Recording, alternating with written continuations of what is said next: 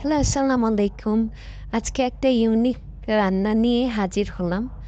একদমই অন্যরকম, খুবই টেস্টি একটা রান্না, ডিম পোস্ত। এটা আমার বোনের হাতের রান্না। এটা খুবই মজা।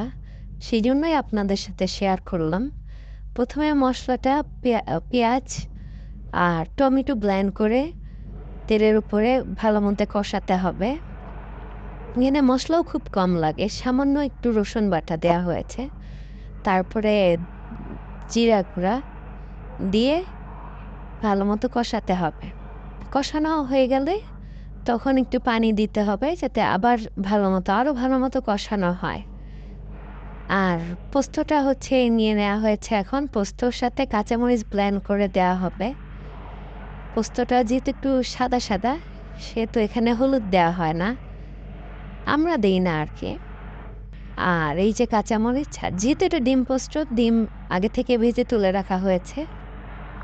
আর পোস্তটাও ব্লেন্ড করা হয়ে গেছে। এদিকে আমার মসলাও কষানো হয়ে গেছে। তো মসলাটার ভিতরে এখন পোস্তটা দিয়ে দেব। আর পোস্তটা দেওয়ার সময় ১ চামচ চিনি দিলে খুবই মজা লাগে খেতে। অন্যরকম একটা ফ্লেভার আসে। আর চিনিটা ১ চামচ, চা চামচের ১ চামচ দিলেই বেশি ভালো হয়।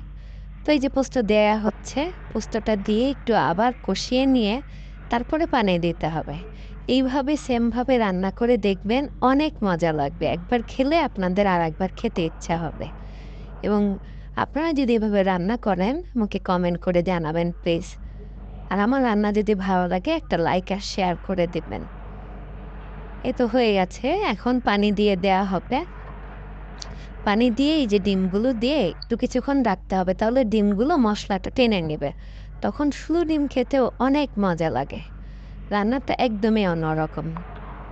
আপনারা খেয়ে রান্না করে টেস্ট করে আমাকে জানাবেন। ধন্যবাদ সবাইকে। ভালো থাকবেন সবাই। আল্লাহ হাফেজ। আসসালামু আলাইকুম।